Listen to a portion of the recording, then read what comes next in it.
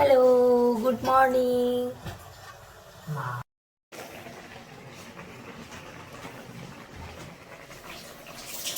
Good morning সবাইকে। সবার শীতের সকাল কীরকম কাটছে? আমাদের তো মোটামুটি ভালোই কাটছে। নিয়ে আমরা আছি। তো আজকে দুপুরে ডিউটি, তো আজকে ভাবছিলাম আমাদের বাড়িতে এসেছি, বাবার বাড়িতে।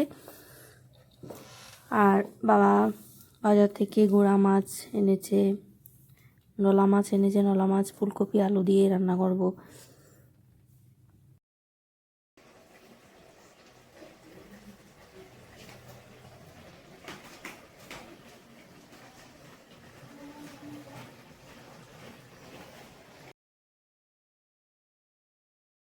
তো আমি রান্না করব আর মা পূজা দেবে। মা আমাকে সব মাছ টাছ কেটে সব কিছু কেটে ধুয়ে দিয়েছে। তো আমি রান্না করব। আর মা তো সারাদিনই টুকটাক করতে থাকে, এটা এটা গুছাতে থাকে।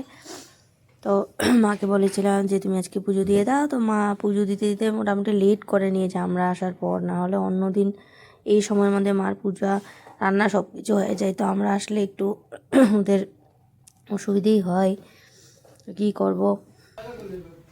কি এটা? কেক? এই ঠান্ডার মধ্যে কি করছো? মাটি দিয়ে কেক বানিয়েছি। মজা লাগছে খেলতে? তুমি চুলটা কেটে নেবো আজকে? না, কাটবে না? চুলটা তো বিশাল বড় হয়ে গেছে। দিটা তো দেখেছি। ঠিক আছে, ঠিক আছে, খেলো। আরেকটা মামা। মেয়ে ঠান্ডার মধ্যে খেলাধুলা করছে। তো আমার মেয়েকে একটা ক্যাপ পরিয়ে দিয়ে আসলাম। ওকেও মাঝে মধ্যে দেখতে হয়। তো এখানে এসে খুবই খুশি। এখানে আসলে একটু মাটি টাটি দিয়ে খেলতে পারে, এটাই বিশেষত ভালো লাগে। তো ছোটো থেকে আমরা এভাবে বড় হয়েছি যে মা যখন যেটা বলে সেটা করি। মা বলে যখন স্নান করতে বলবে, না হলে স্নানে যাবই না। তো এই অভ্যাসটা এখনও রয়ে গেছে। তো মাঝে মধ্যে স্লো হয়ে যায় আর কি। তো এখনও আসলে মা যতক্ষণ না বলবে স্নান কর স্নান কর, ততক্ষণই করবো না, এরকম আর কি। তো ঠিক আছে, আমি রান্নাটা করিনি। কি করে রে, কিচ্ছু হবে না, ম্যানেজ করে নিয়েছি।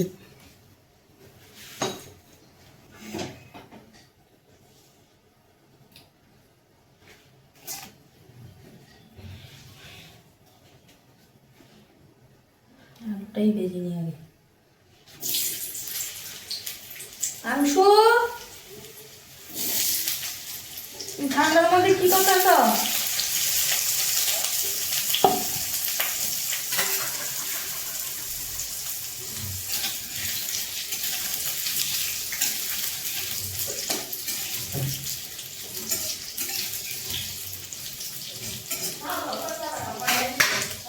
আমার ধৈর্যটা অতটাই বেশি যে আমি তেলটা গরম, ভালো করে গরম হওয়ার আগে আমি আলুটা দিয়ে দিলাম।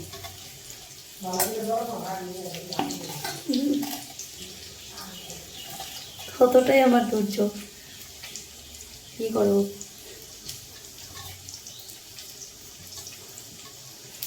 আর এখন তো একটা ফুলকপির সিজন, ফুলকপি ছাড়া আর কোনো গতি নেই কারোরই। ফুলকপি খেতে হবে, যেখানে যাব সেখানেই এই ফুলকপিটা থাকবেই, কমন।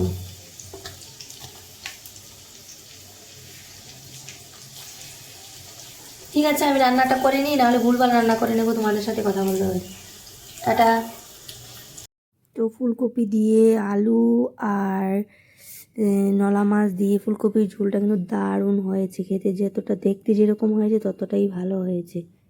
গুঁড়া মাছটা ততটা ভালো হয়নি সত্যি কথা বলতে, কারণ গুঁড়া মাছটা আমি ততটা ভালো একটু ভেঙে দিয়েছি, তেলটা একটু কম পড়েছিল, তো এটার জন্য বকাও খেয়েছি। তো ঠান্ডার দিনে আমাদের বাড়িতে এটা খুব বিশাল একটা ব্যাপার আমাদের জন্য, কারণ আমাদের বাড়িতে চুলা নেই। আমার শ্বশুরবাড়ির কথা বলছি। তো এখানে চুলাটা আমাদের বিশেষত বাবার বাড়িতে ঠান্ডার দিনেই ইউজ করা হয়। গিজার আছে বাথরুমে, তারপরেও মা এখানেই করে, কারণ মা কাপড় থেকে শুরু করে ঘর মোছা থেকে শুরু করে সব কিছু এই গরম জল দিয়েই করবে, এ টু জেড। তো এখানে মানে সকাল থেকে এটা বসানো থাকে। তো একটু গরম হলে আমরা স্নান টান করবো। তো প্রতি বছরই ঠান্ডার সময় আমরা চলে আসি 4-5 দিনের জন্য। এখানে স্নান টান করবো, এখানে চুলার সামনে বসবো একটু, আর পিকনিকও খাই এই টাইমে। সব বোনরা আমরা এসে এখানে পিকনিক খাবো জানুয়ারি মাসে। ন্যাচারাল যে ব্যাপারটা এখানেই খুঁজে পাওয়া যায়। দেখুন চুলো জ্বলছে আর এখানে চারিদিকে গাছপালা। এটা মুরগিও আছে আমাদের বাড়িতে, দেখবেন।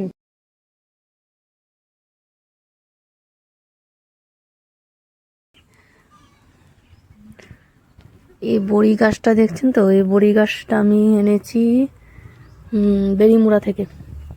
এখানে আমাদের বাড়িতে এখানে সামনেও প্রচুর গাছ ছিল বড় বড়, আর পিছনেও ছিল, কিন্তু সব গাছ কেটে এখন আমরা বেরিমুড়া থেকে এনেছি অনেক গাছ। তো এখানে লাগিয়ে দিয়েছি। দেখুন মরিচ গাছটা, এই মরিচটা যে দেখছেন, এটা কিন্তু আরও বড় হবে, এখনটা ছোট্ট।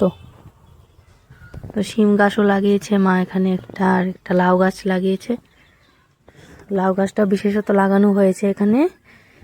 লাউ তো যতটাই খাবে, ধরবে না ধরবে সেটা কোনো ব্যাপার না, কিন্তু লাউয়ের যে ডোকাটা এটা কিন্তু মেইন। তো অবশ্যই বাজারে অ্যাভেলেবেল থাকে না, কারণ এখানে এখন ততটা ভালো পাওয়া যায় না, আর যেটাই পাওয়া যায় সার দিয়ে তৈরি, কারণ ততটা টেস্টি হয় না। তো বাড়ি ঘরেরটা খেতে একটু আলাদা ভালো লাগে। বেল গাছ তো আমাদের বাড়িতে শিব মন্দির আছে, এই কারণে বেলপাতা তো সবসময়ই লাগে। বেলপাতা ছাড়া পুজো হবে কিভাবে? তো বড় একটা বেল গাছ ছিল আমাদের, অনেক বেল হতো গাছটাতে, আর আমরা ছোটোকালের কথা বলছি, তো অনেক বেল খেতাম ডেলি, পেকে পেকে পড়তো নিচে। আর বেল গাছটা কাটা হয়ে গেছে, কারণ টিন যে আছে নাকুল করে টিন নষ্ট হয়ে যাচ্ছে বেল পরে পরে। তো এটাও কলবের গাছ, কলব করাই আছে। এটা ছোট্ট, এটা বেশি বড় হবে না গাছটা। এই গাছটা এখানে এনে লাগিয়েছে মা, তো এখান থেকেই বেলপাতা পেরে পুজো দেয় আর কি।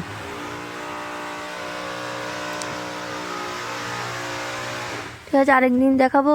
আজকে আমার তো টাইমটা প্রায় শেষ, তো অন্যদিন দেখাবো। টাটা, আজকে করে ফেলবো এখন। মেয়েকে স্নান করাবো, আমি স্নান করবো। ঠিক আছে, বাই বাই সবাইকে, আবার কালকে দেখা হচ্ছে।